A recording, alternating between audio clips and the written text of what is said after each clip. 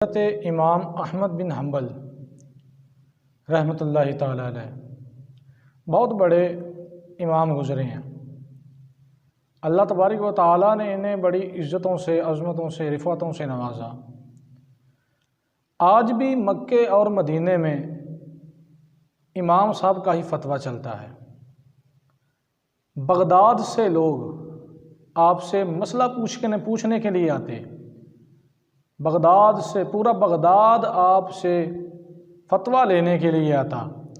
लाखों हदीसों के आप हाफिज़ थे, लाखों हदीसें आपको ज़ुबानी याद थीं। इमाम साहब से किसी ने पूछा कि हुजूर कभी आप फतवा देने में भी परेशान हुए हैं? तो आपने फरमाया हाँ, एक बीबी आई थी मेरे पास, मुझे परेशान कर गई। लोगों ने कहा हज़रत एक औरत? कहने लगे मेरे घर में एक मखसूस जगह मैंने बनाई हुई है जिसके अंदर मैंने पर्दा लगाया हुआ है। कोई औरत आ जाए मसला पूछने तो एक तरफ औरत को बिठा दिया जाता है और एक तरफ मैं खुद बैठता हूँ। तो वो औरतें मुझसे मसला पूछती हैं, आम रूटीन में जो मसले चलते हैं। फरमाते हैं कि मेरे बेटे ने मुझे पैगाम दिया कि बाबा जी एक औरत आई है, बूढ़ी औरत है, तो वो आपसे मसला पूछना चाहती है। लिहाजा मैंने अपने बेटे से कहा कि ठीक है बुलाओ उसे। कहते हैं कि वो बीबी आ गई, पर्दे की इस तरफ वो बीबी, एक तरफ मैं। वो बीबी कहने लगी इमाम साहब मसला पूछना है आपसे। तो आप फरमाते हैं जी पूछो। तो वो बीबी कहने लगी कि इमाम साहब गरीब हूँ, काम करती हूँ, मजदूरी करती हूँ, फिर अपना पेट पालती हूँ। जनाब मैं चरखा काटती हूँ, सूत काट के मैं वो बेच के अपना पेट भरती हूँ। जनाब मसला ये पूछना है कि कभी कभी ना काम में देरी हो जाती है, काम ज़्यादा होता है, तो लिहाजा मैं चांद की रोशनी में रात को चली जाती हूँ छत पे।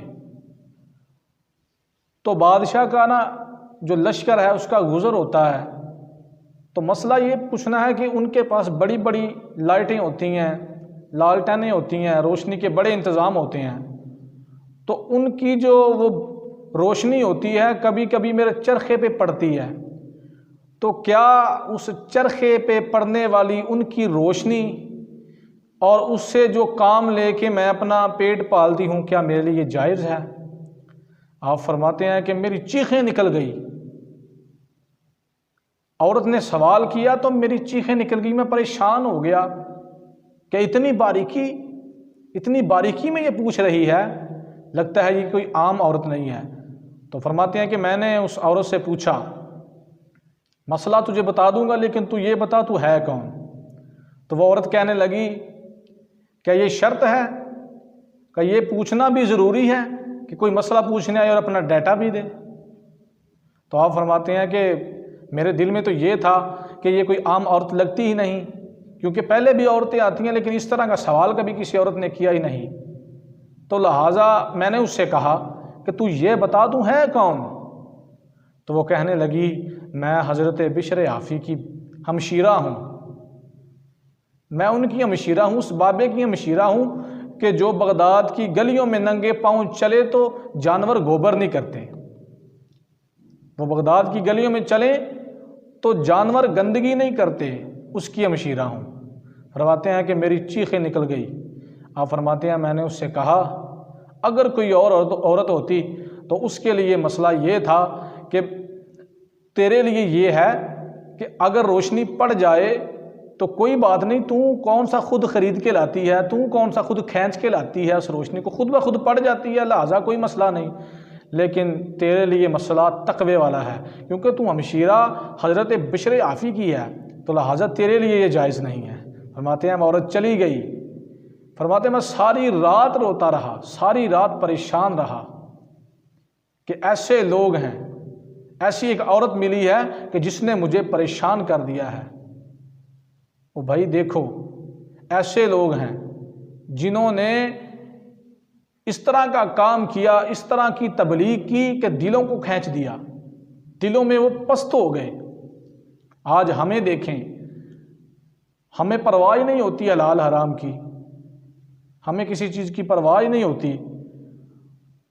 तो औलिया अल्लाह की यही बात है, वो खुद अमल करके, वो खुद इस तरह के चिल्लों से गुज़र के हमारे लिए मिसाइल को हल कर दिया, हमारे मिसाइलों को हल कर दिया और हमारे लिए आसानियाँ पैदा की। दोस्तों, यही बताना है